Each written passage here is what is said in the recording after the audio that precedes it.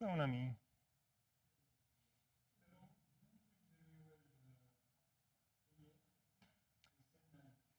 Yeah, we spent too much time yesterday trying to fit, but then you have to use gradients or don't use this graphic. So. Okay, but we see your name. Yes, no, the names will be later, so it's okay. You streaming already the slides? No, not yet, right? No, that's why I got the. Yeah. You can do whatever you want. Yeah.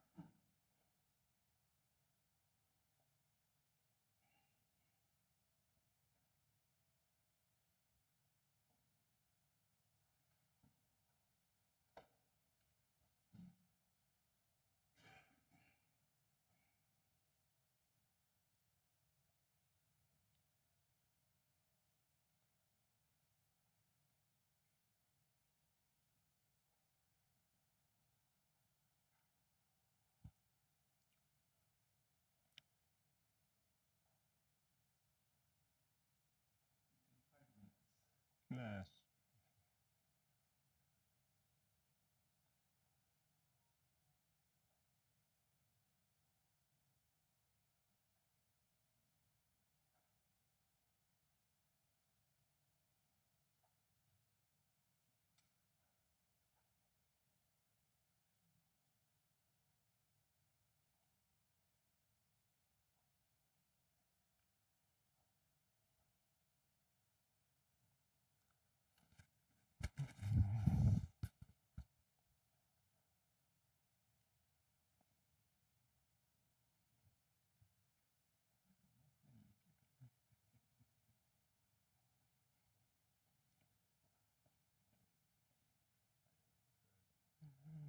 I think a lot of people may have seen this YouTube, so maybe also. How many people are connected? It's written somewhere.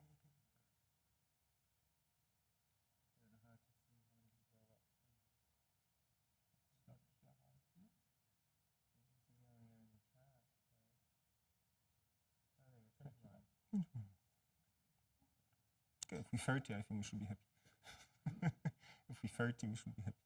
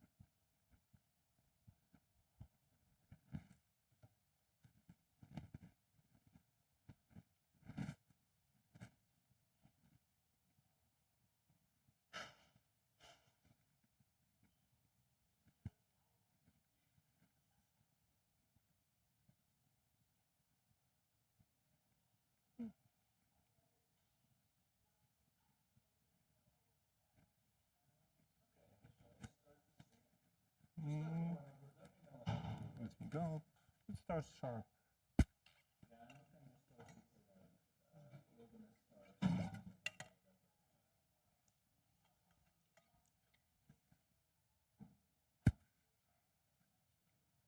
We still might have people coming in because they Hey, no.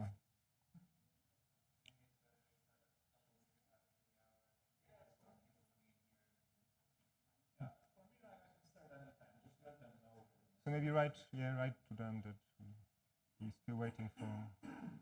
Some people are coming in the Ola. So let's wait, I don't know, 2 minutes.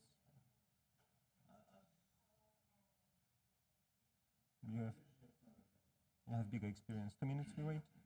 So for people to come physically.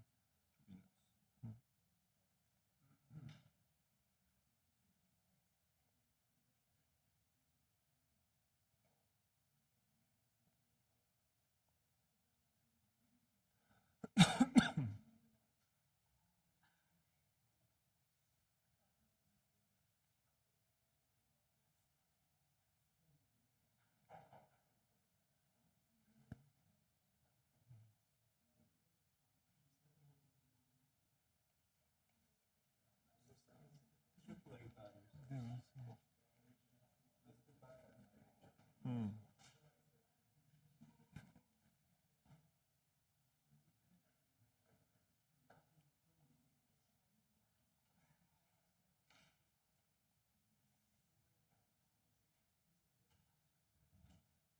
So maybe we should start zoom out indeed. So maybe we should start zoom out with Laurent also in the picture. Well, it's not going to be much. It's Yeah, just yeah, running the table and stuff. Yeah.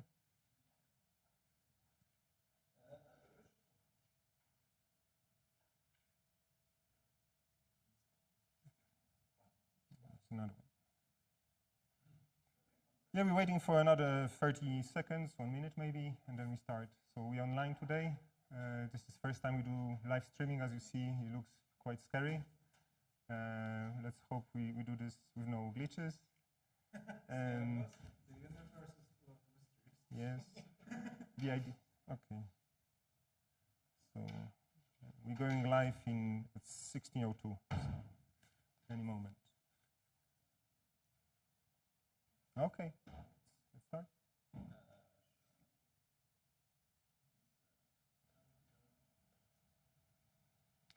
I'm thrilled to welcome everybody who's attending our first seminar of Gaia Vari. This is the seminar where we're going to talk about many first times. So this is first time we're doing citizen science with Gaia data. This is first ESA project of this kind. This is first time we're having our guests that actually are citizen scientists. So we're very happy to have everybody here.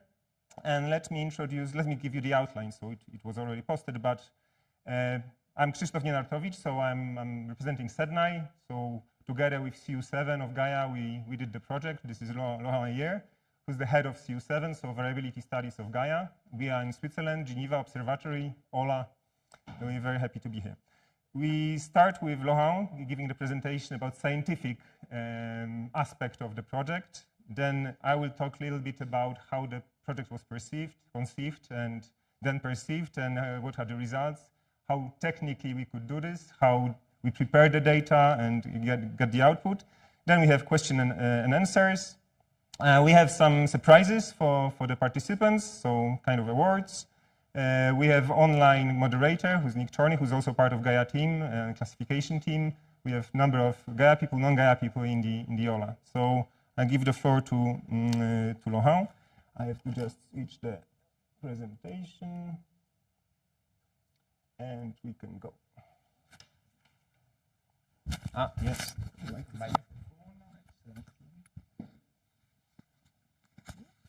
we go. Okay, thank you.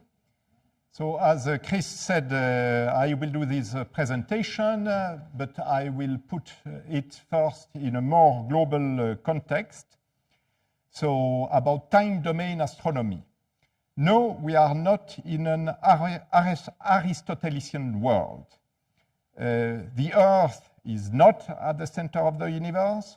You got it wrong. Motion in the heavens follow perfect geometry. It might happen, but it's more than an exception than a rule, so he was wrong. The heavens are eternal and immutable. Again, wrong. Okay. Chaos is on Earth. That's totally correct. And we know now, thanks to modern astrophysics, that the universe is in constant change. Galaxies are forming, galaxies are colliding, spiral galaxies are dancing. So here is an example, maybe, yes. This is a simulation of the Milky Way done by the EPFL VIRUP, which is really beautiful. And also stars evolve.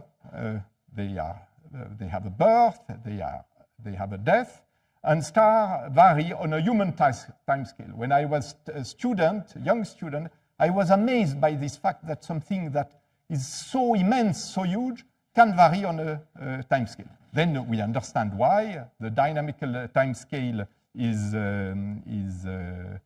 relatively short. Maybe we should change the light, or no? Okay. Okay. So you have several types of variability. Stars can pulsate, so the radius is changing and expanding. This is done by Laurent Rohrwasser here. So you have this, the star is contracting, then getting hotter, and then expanding.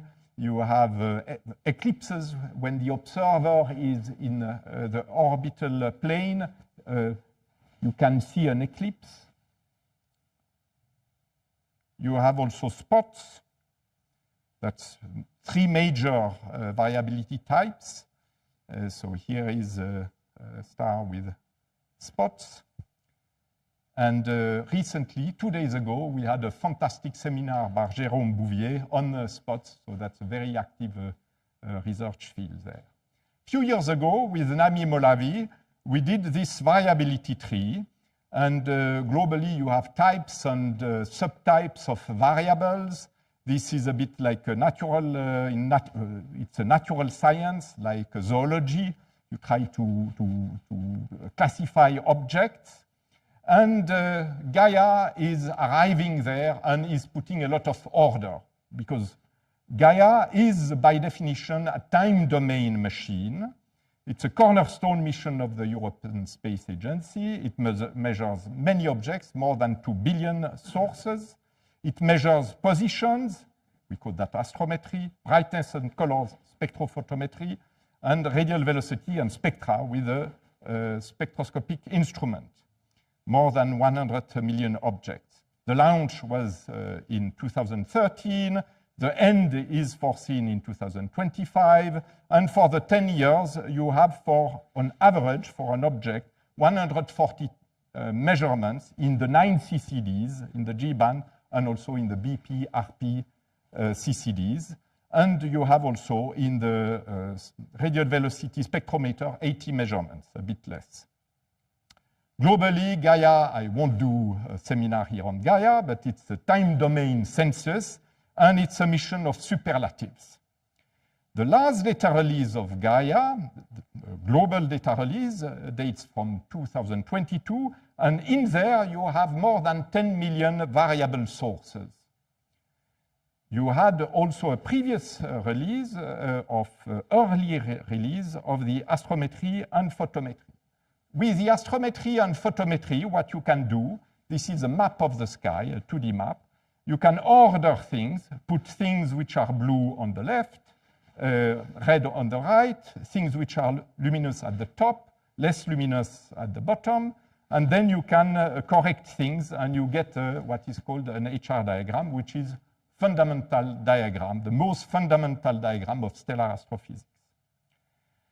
And globally, what we did on the side of variability with these time series of the photometry, we classified these sources. We have more than 10.5 million variable sources, and it constitutes the largest star catalog of variable classified sources across the entire sky. And we are going iterative. That's, we had this little group in the first data release. In the second data release, we had this group. And third data release, we cover a large fraction of these classes. So just a warning on with the zoologic classification. there are obviously limitations. There is not always a bijective mapping between the physical phenomenon at work, which is doing the variability, and the observed quantities that you have. So there are degeneracies. Sometimes some classes are more of a continuum. And some classes, historical classes, they regroup several phenomena. So there, so that's making things a bit complicated. And obviously, when you deal with 1 billion sources, you do mistakes. It's unavoidable. So Gaia there is bringing an exceptional contribution to the field of variable source classification. What we did the HR diagram, and for the first time at this scale, we could make the motion of many, many stars in this diagram. We can say that we are putting alive the Hertzsprung-Russell diagram. This is the static version of the diagram, and the result of our Gaia work in DR3, as I said, it's 10.5 million classified sources. And globally, what we are using a technique of machine learning, artificial intelligence, and also human intelligence, we hope, with astrophysicists who are specialists of several variability types. And so we try to merge these specialists with a global machine learning approach. And now we have also the help of citizen scientists. And through the Gaia-Vari project, it acts as a validation of the classification of DR3. So globally, how did it came to life? Pedro Garcia Lario wrote a successful proposal to ESA. There was some funding with two goals: enhance Gaia awareness, because Gaia is not producing fancy images, amazing images like James Webb. That's maybe a difficulty for Gaia, so it's important to communicate the fantastic results of Gaia in the community. And also, it is for us helpful to have a different approach than we have, so that we can correct, improve the future data releases. So we chose the platform Zooniverse, and the main actors in this project are Pedro Garcia Lario, the SedNight company of Chris, and also Elsa Matias at the University of Geneva. That's me, Grégoire Pinjon, who was a student hired temporarily, and Marc Audard, and also many others. And in Science Now, there was Milena and Jan Pomierny. And so globally, what we try to do there is to do this triangle where machine learning has an impact, obviously, on the object to classify, but there is a feedback, and also there is a feedback of the citizen scientists to the expert astronomers. So the Zooniverse platform. Globally, why this choice? There is an enormous experience of Zooniverse platform in classification and in city science projects. They built over the years a community which is there with often high competences. They have a platform so not so flexible as Chris complained several times, but functional and pragmatic. And also they are the external link with ESA Sky, SIMBAD, that facilitate the information flow.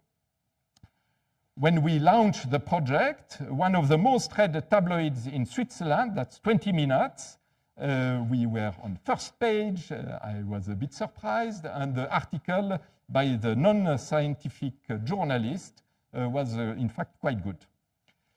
Here is the project. So for the people, obviously many people online who participated to this, they know it even better than I do, some of them.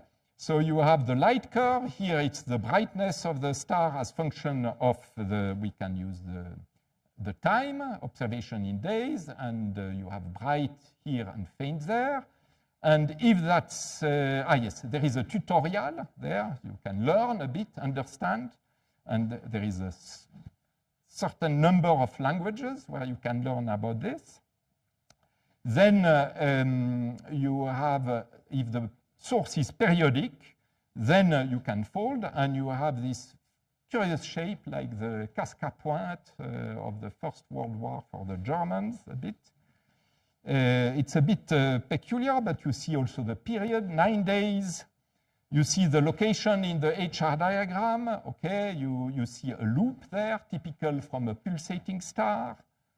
And it's a bit red, so maybe you can think it's reddened by the interstellar matter, so maybe the star is around here. And then you look at the location in the Milky Way, and you see it's in the galactic plane in this direction. You see, to see it, we are here, the star is there. You have to cross arm, probably full of matter, so that's making sense the object is reddened.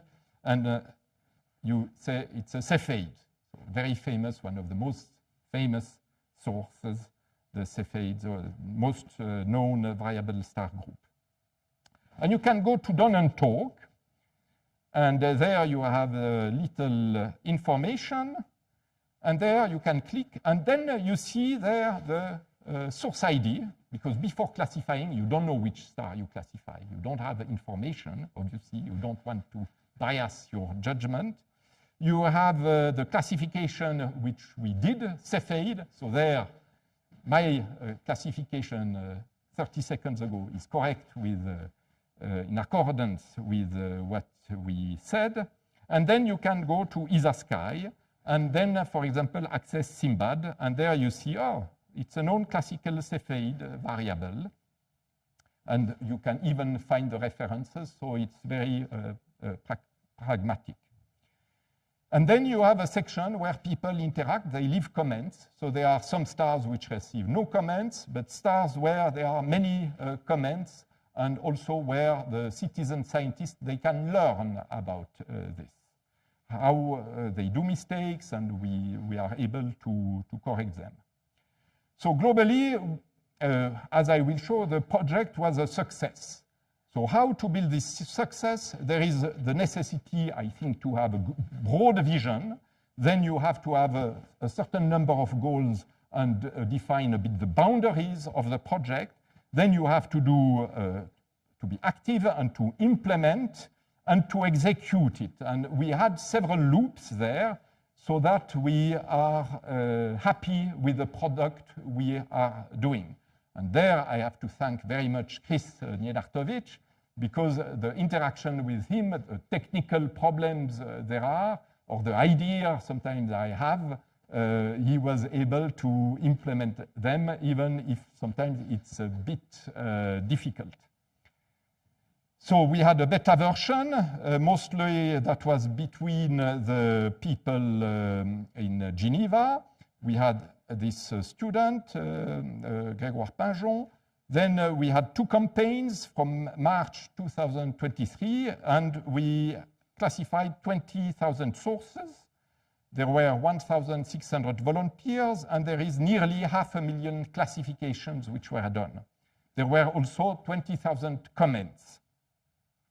So that's globally the overview of this. And more details will be given in the talk of Chris. So what are the outcomes? So a certain number of problems were identified. There were some misclassification between RR-Lyrae and Cepheid subtypes.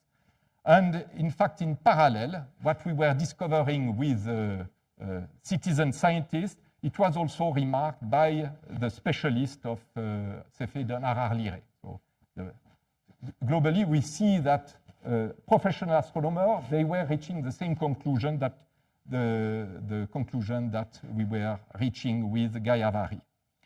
It was also an eye-opener. Many wrong periods in the long period variable stars, and that's in the first iteration we were using by the automated method to search the period. That's maybe that was corrected later, but we saw there were many, and it was for me a bit surprising. it should be noted, very important, that in the catalog, the correct period is published, or mostly the correct period, because after this classification, the global method, we had these specialists on long period variables which adjusted and corrected this. There is also a known problem that there is often a factor 2 in the period of eclipsing binaries, so that's not very new, but that was expected.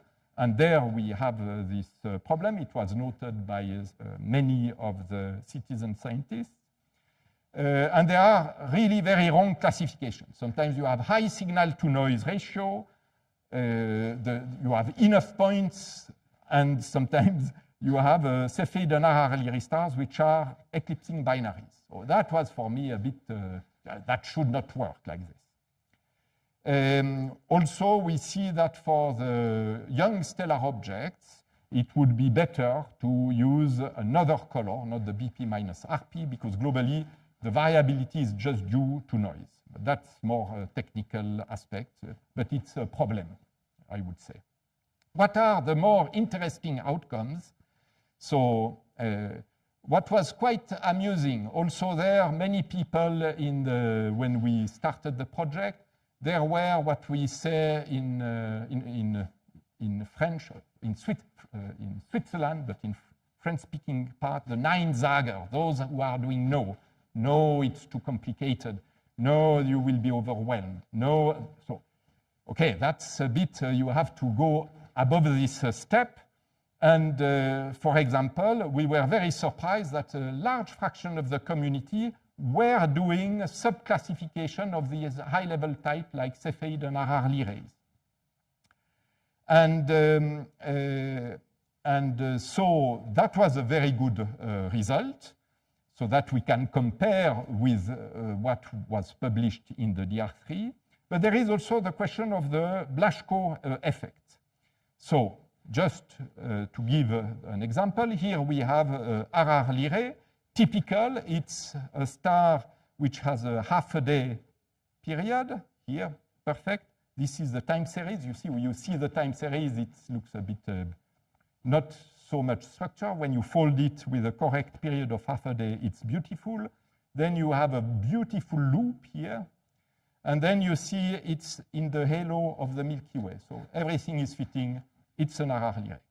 Now, this is a beautiful example, but you have the Blaschko effect, which was discovered in 1907.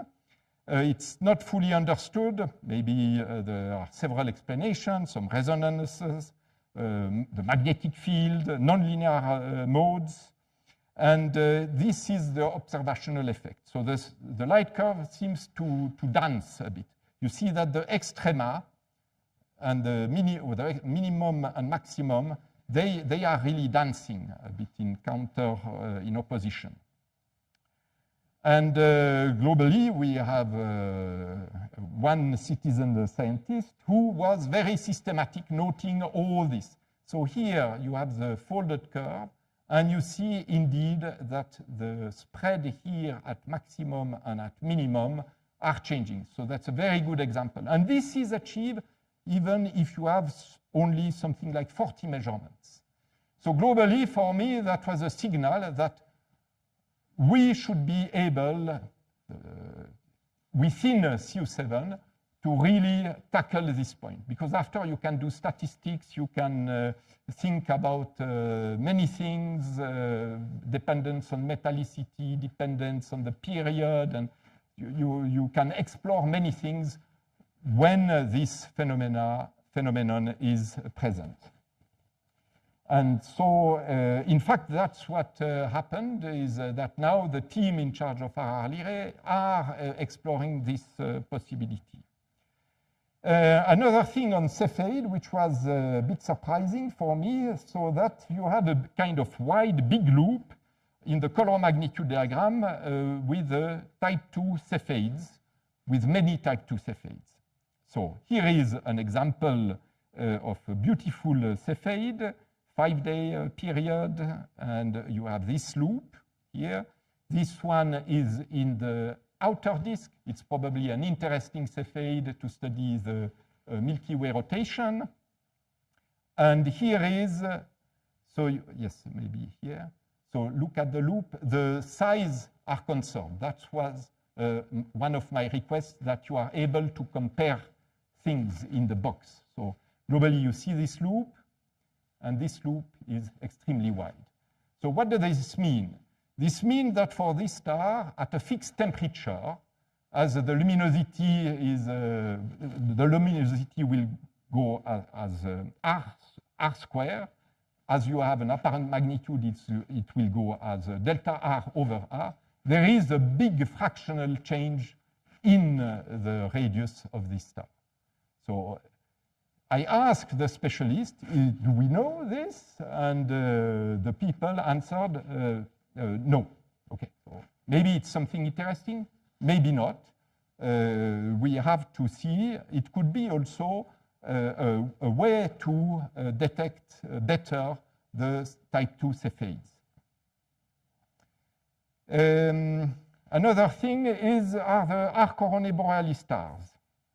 So globally, here are a few light curves of R-Coronae Borealis stars. So globally, that stars, they are important because they reject carbon in the interstellar medium. And so that's here you have 3 years, and suddenly they become extremely dim.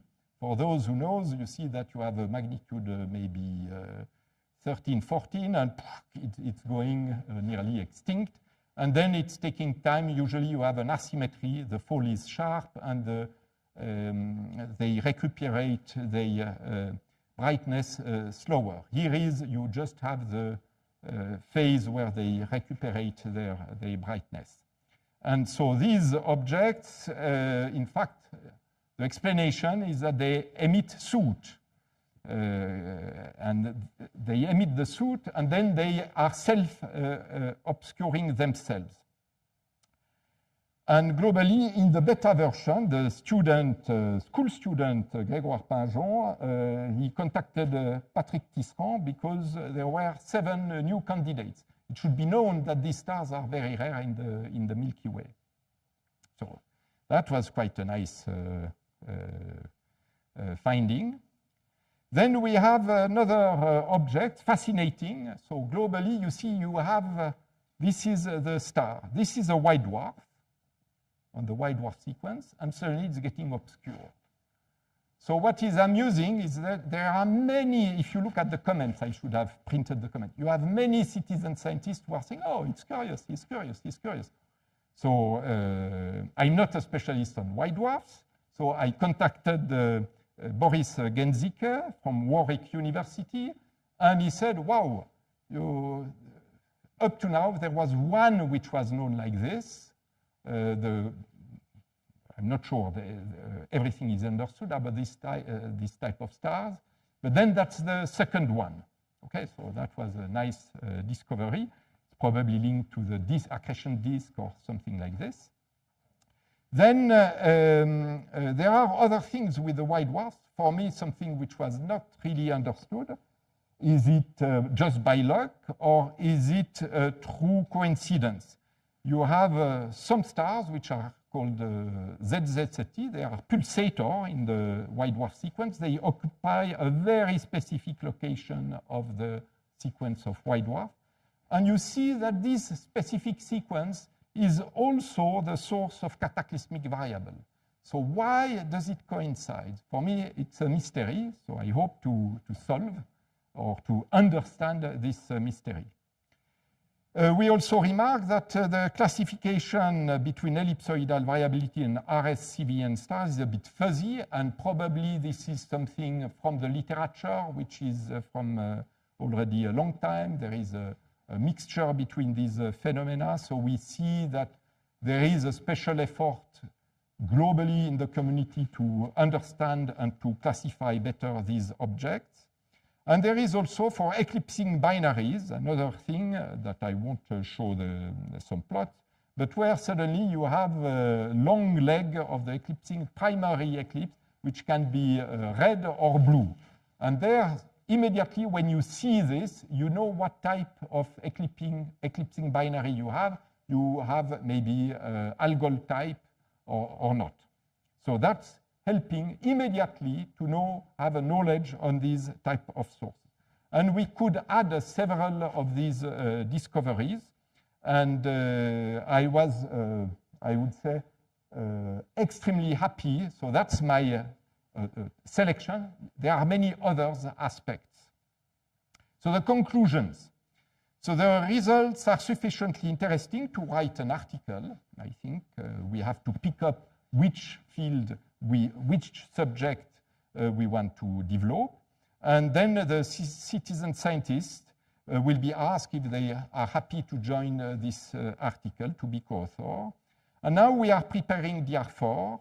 And so we will use Gaia-Vary and understand better to improve the classification of DR4, DR5.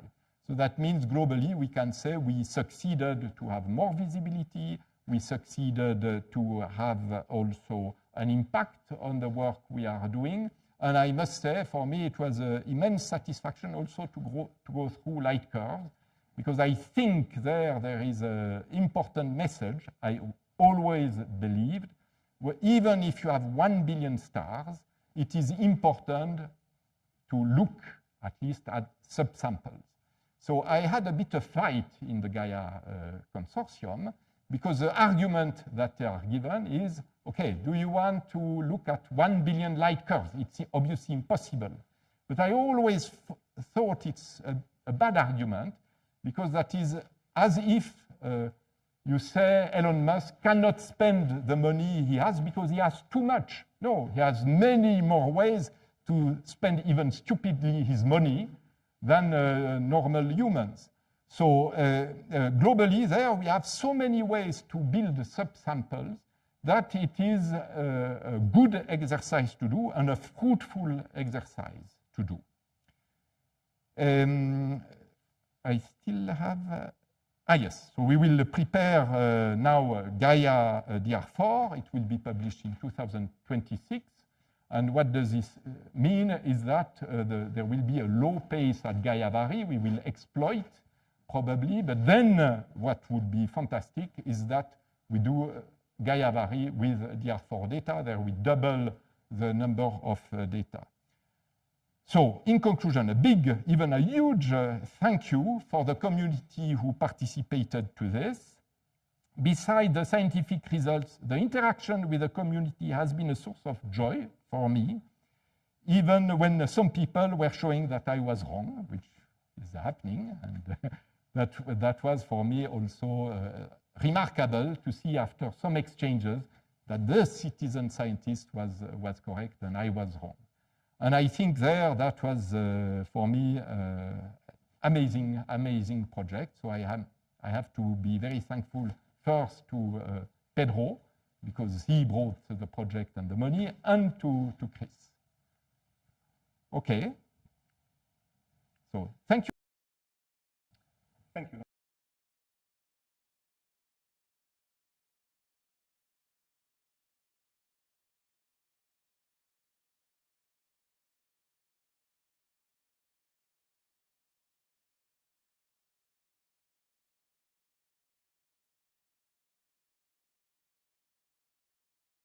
Pleasure. So yes, if it comes to the future, we will see, because we discussed some other stuff I'm going to show. Maybe we do some intermediate campaigns, but to be seen. So as Laurent mentioned, big thanks to Pedro.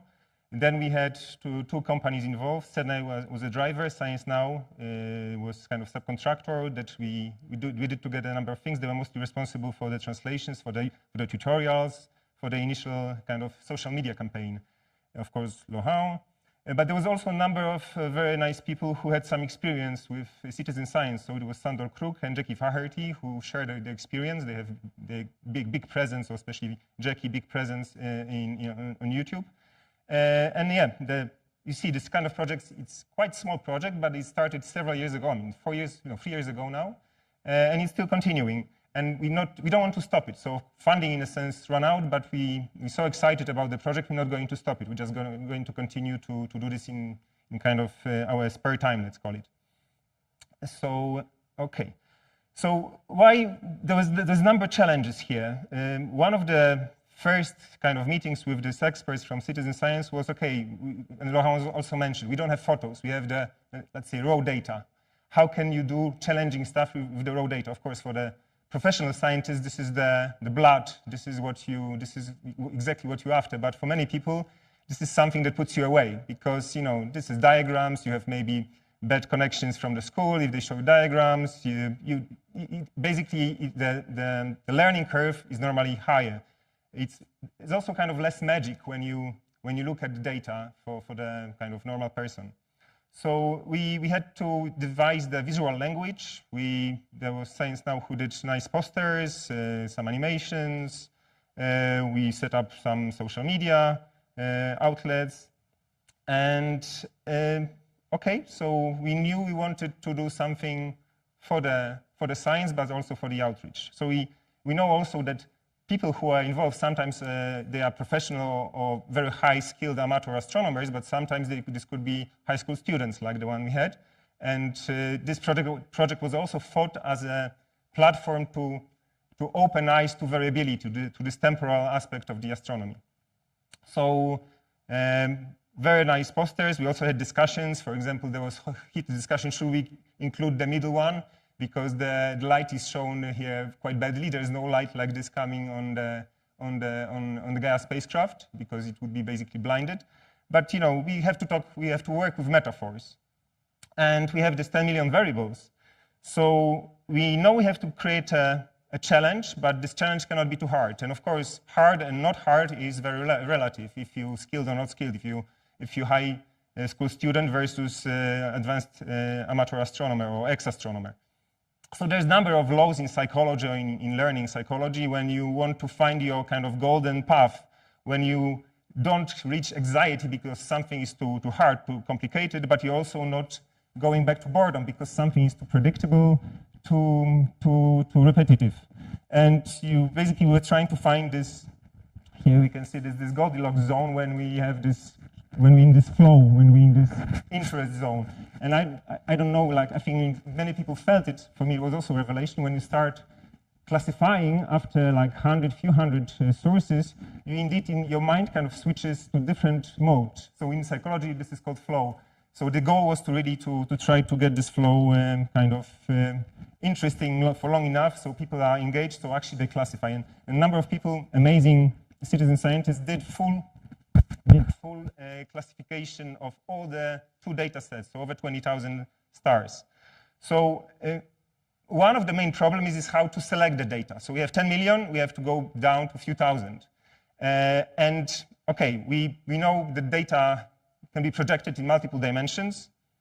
We know that we want to know this data that we select, if it exists in the literature already.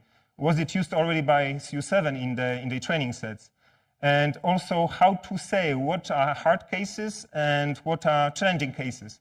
So when we produce the catalog, we actually don't look at the data that much. We look at the samples, as Laurent said, but it's not necessarily the same samples that we wanted to use here.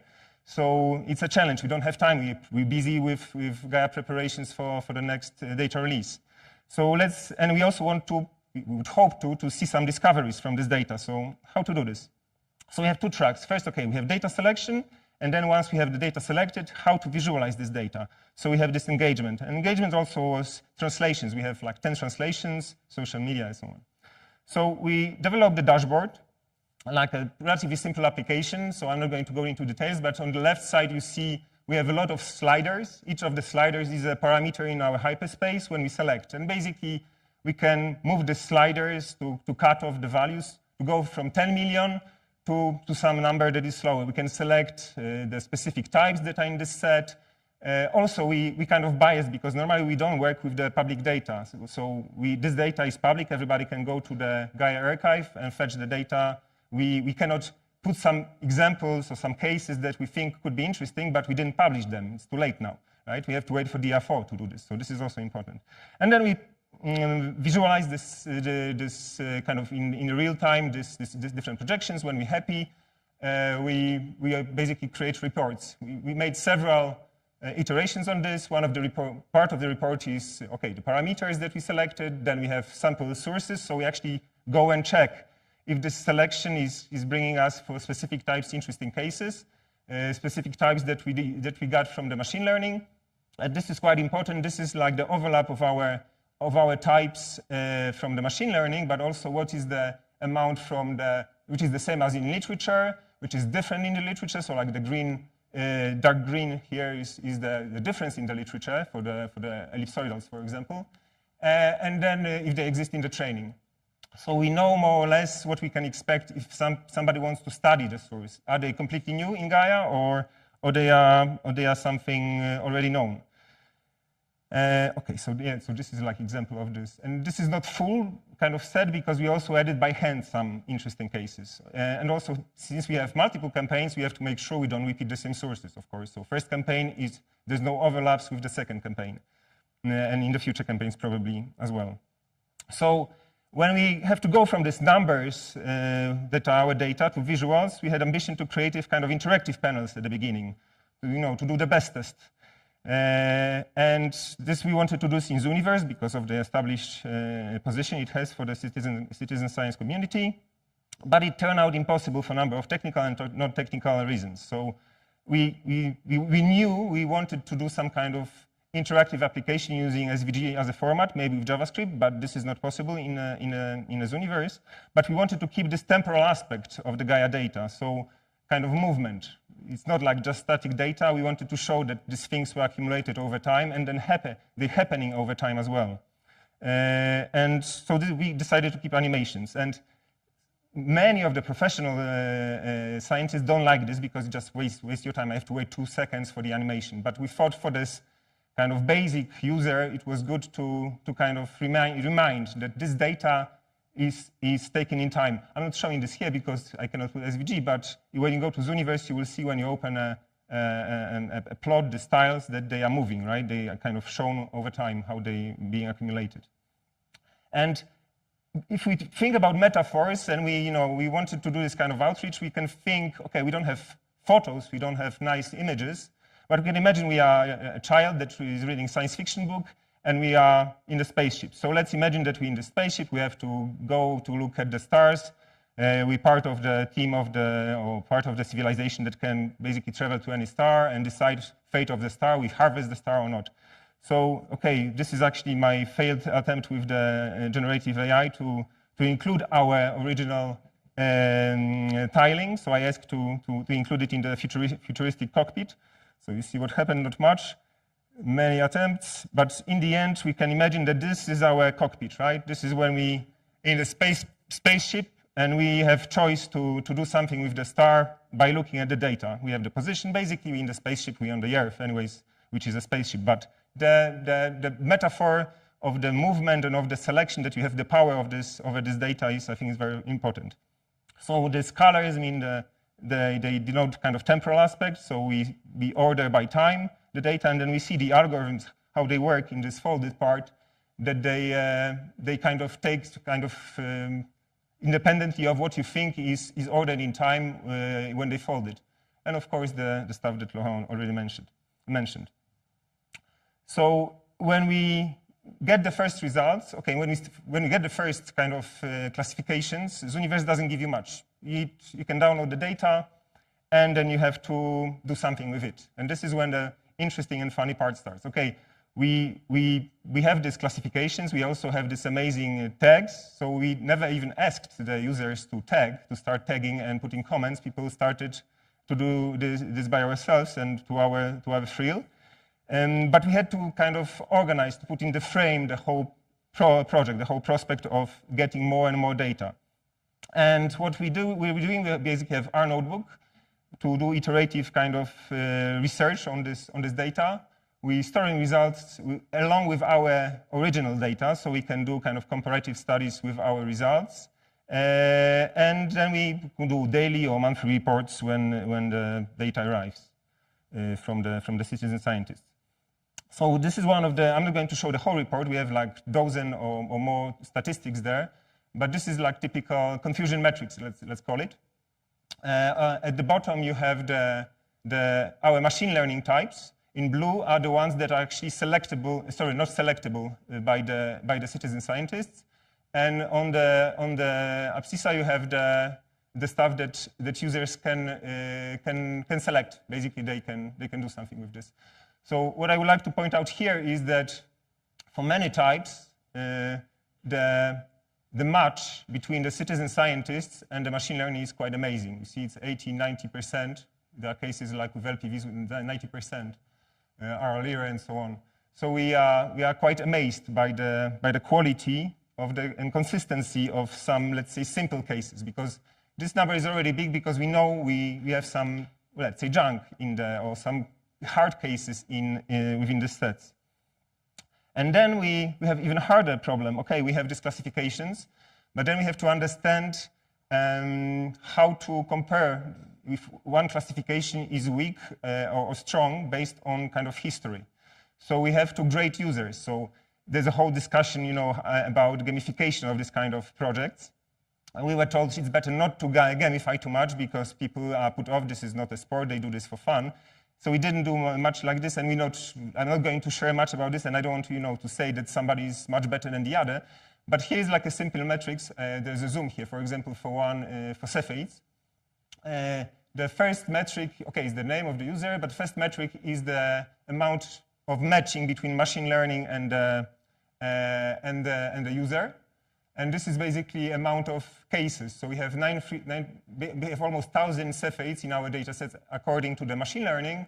And this person, or actually all these guys, classified 100% of them. And this is the match with machine learning. So we see it's quite amazing. But we have other types that are harder, and there's other cases that are not that obvious. But we can use this kind of golden, let's say, sample to see if somebody has basic understanding of astronomy or variables versus is completely new.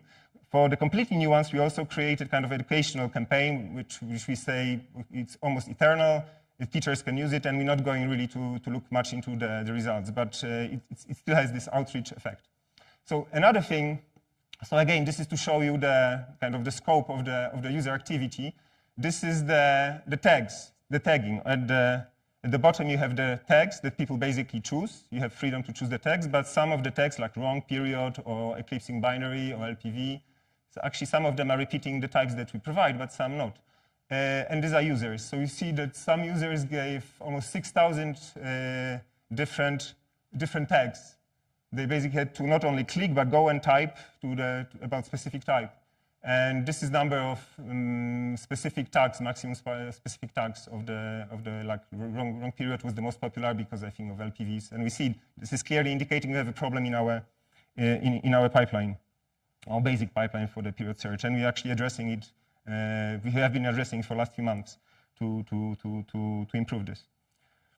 Then we have, it's actually over 20,000 of comments. So it is 10,000 is from the just last campaign. And some of the comments are amazing. So we don't have time to look at each of them, but sometimes we look at for specific cases. We thought about using now LLMs to do something with this, but this is actually from Laurent, so this is maybe not fair what I'm showing here, but some of the comments are quite amazing, and this is also for us a trove to create some new training sets for our machine learning to deal with the stuff we couldn't before.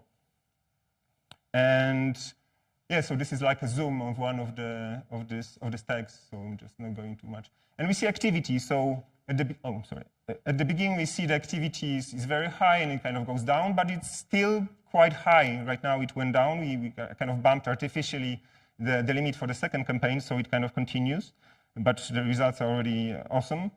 But we also quite happy with the involvement. Like users are not, some people are coming back for quite some time. There are people who come for a few days, do a few hundred classifications, but there's many people who do for a year.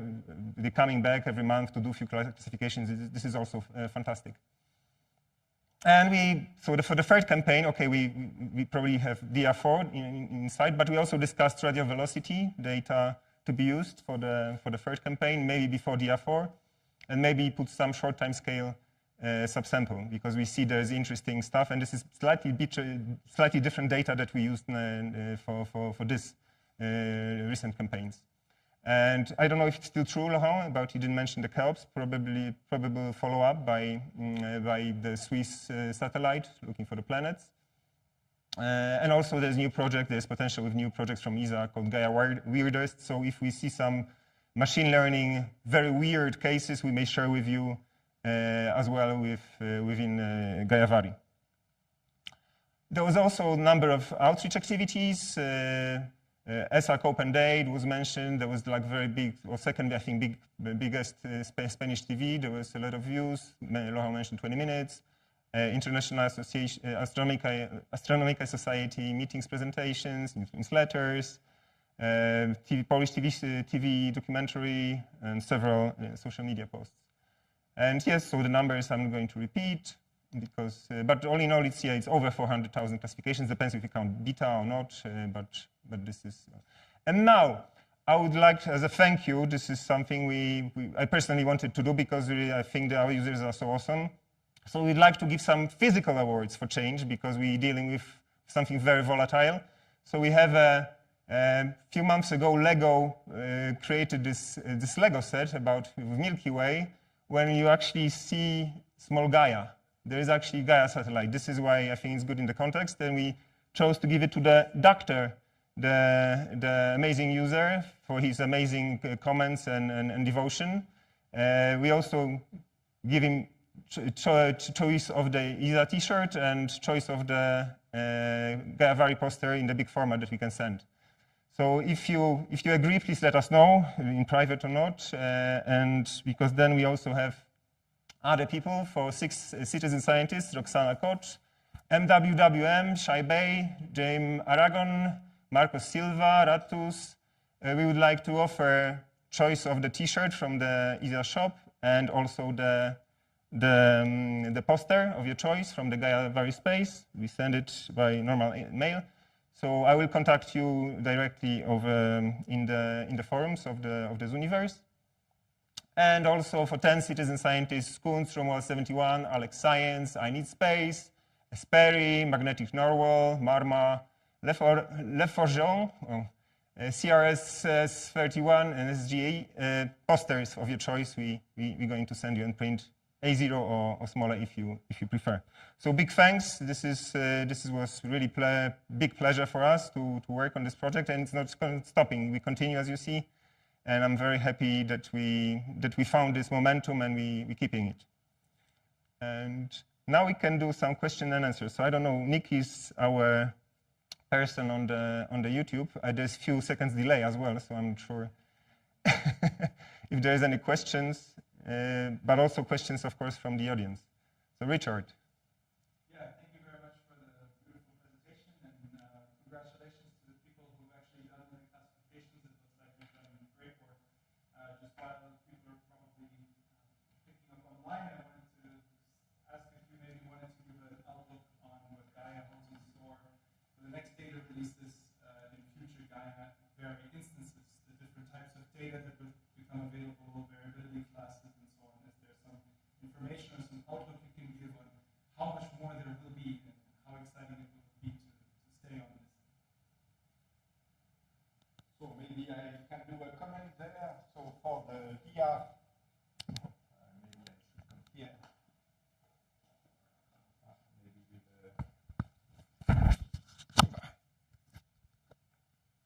What is important in DR4 is that all the data will become public of all sources. So that means all the time series, that is the photometric time series, the astrometric time series, the spectra time series. So everything will be public, but with that, we will also provide a classification associated to the source, an improved classification, I hope. And what we really hope is the fact you have something iterative like this to provide more data, more sources, better improved calibration, better and improved classification, so that every time we lift up the product. I think that's also the lesson I was saying for Gaiavari, the fact that we had several or even many iterations you try to improve every time. And I think that's something which is very important. And also, one thing we didn't mention, we tried to use some extra data that we were planning to use for extinction correction, for example. And we saw this is not helping. It's actually making things worse. So some things that we were hoping to use also were cancelled because of the preparation. So we didn't show it because it was too bad.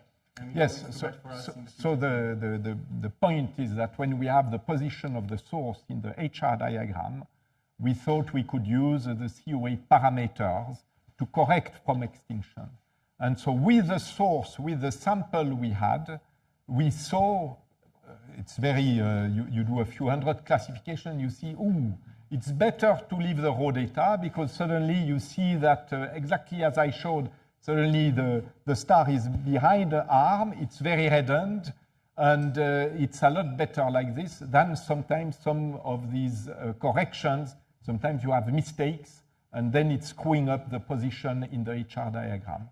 So typically, we see by classifying a few hundred sources, maybe 200, 300, you get the knowledge, certain knowledge that is not written in detail in the article that you get. So it's very useful. So we started for the second campaign with this will to go more to astrophysical quantities like luminosities and temperature, but we had to abandon this. More questions? Any questions online? Okay. Oh. Other questions? And we are getting near the little aperitif. So for the people online, obviously they won't have, but here we will have a little aperitif at 5. Yes. Okay, so thanks a lot. See you soon. We'll announce new campaigns. Probably next year, not this year, because we're getting the data as we speak, actually, for the DR4, and there's a lot of challenges, actually, much more than we hoped for. Thank you. There is one question, okay. Microphone. So David is asking, are there new workflows planned using the spectral and the radial velocity diagrams? Yes, so for RV, yes, probably. So next year, for the spectra, we have to think. Because there's not that much spectra published in DR3, it will be all public in DR4. And we have to see what's the overlap, because again, from what I mentioned, the selection is more and more challenging now. Unless we go back to the same sources, it will be, we don't want to give to like super noisy sources, very faint and so on. We want to concentrate where Gaia is strong, so this is one of these aspects that we have to see and do a few iterations but I don't say why not. At some point it will be. But for the RV we have more data. So for the radial velocity time series, not spectral. Yes, and so there will be the Gaia Weird. We hope there that that will be funded, but we don't know yet who won the bid. Yes, we were invited as well, like with Gaiavari, we were invited to partake in this another bid from ESA to basically write article and publish catalog of Gaia Weird stars. And of course, all Gaiavari people are invited, or citizen scientists are mostly invited, and we're going to clearly do this together with you if it happens. Yes, because we don't know if we won. So what I would say here is that you have on one side some algorithm to detect anomalies in the anomal behaviors from the data, but then that is very interesting to go, as I was saying, to go back to the light curve and to see what the community is saying about these objects. So globally, there are many approaches we can think where the Gaiavari can be applied to Gaia Weird. So that would be something interesting. And as I said, the point is also to add diverse type. So for example, I have this idea, but it's in 3D, to have a HR diagram where you put the information of radial velocities. So I think that's something, but we have to see from one idea, how is it pragmatic and usable on a projection. Yes, 3D projections are difficult. Yeah. So, okay, Okay. thank you. So thank you. Yes, thank you, and bye. So, Thanks for coming. so goodbye Goodbye. to the camera.